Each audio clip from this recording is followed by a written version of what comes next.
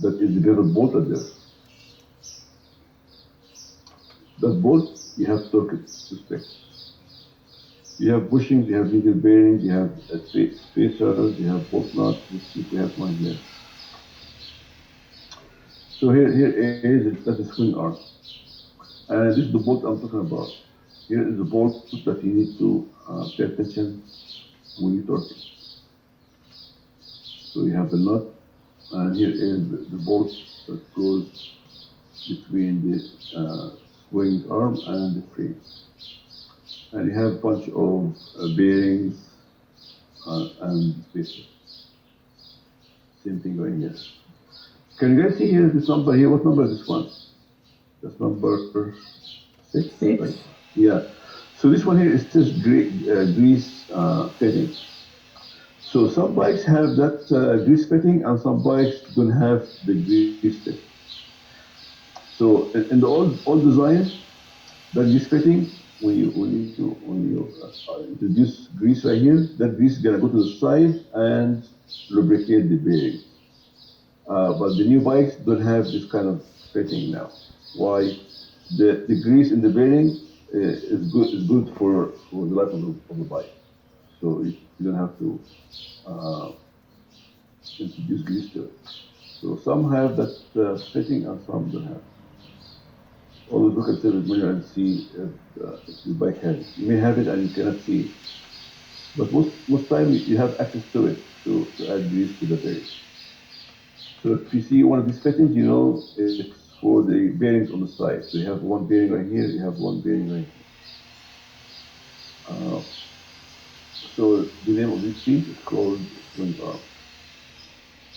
If you read different books, they call it also plain fork. So some Japanese books they call it plain fork. So the swing arm they call it plain fork as well.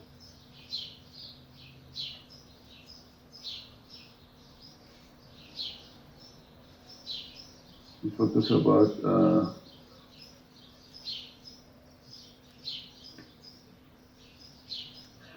how about if you do some change to the.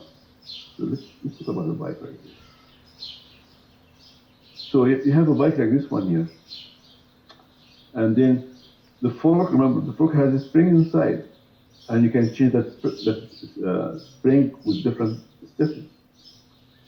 So the fork has stiffness right here, and also the spring in the back here has different stiffness.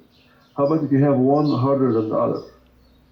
The one that has harder than the other, then the soft one is gonna bounce more on the road than the front one. How about if you do the opposite?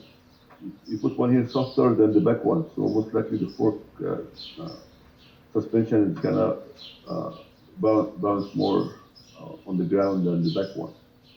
My point is, try to have the same stiffness, spring stiffness for both of them. So that's what's meant in this. Sorry, one. That's what means by suspension balance. That you have to have balance between the front and the back, so both can go up and down at the same rate. So it means front and rear suspension are collapsing equally. None of the wheels is stiffer or softer than the other.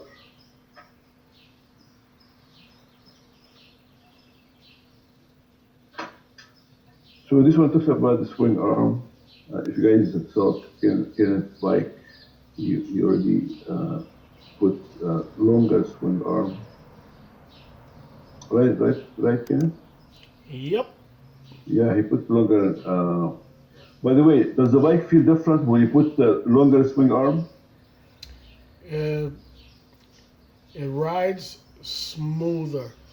For me, But the uh, turning should be. for me, the bike is more comfortable. I call them riding like it rides like a Cadillac, but with the wider wheels, then your turning radius is, it's not like a regular stock swing arm. You can maneuver better. So in other words, with the big wheels and the on the bike, it's not great for riding in the canyons, but it's good for riding straight on the freeway. I know Yeah, that's good for because drag, right? Yeah. because wider wheels, you have more traction on the road, right? So Yes. that will give you more stability. But I'm talking about when you turn with the long swing arm. Is it comfortable with the when you turn?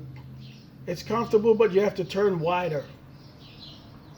Yeah, so you have to go Your wider. arc is wider. Yeah, because you have longer swing arm. Yeah. Okay, that's good. This man doesn't know how to ride his motorcycle, Professor. Okay. Yeah. Okay, guys. I kind of like him because he's a Packers fan. Typical Packers fans. Okay. Here is this one talks about the word shock absorber. So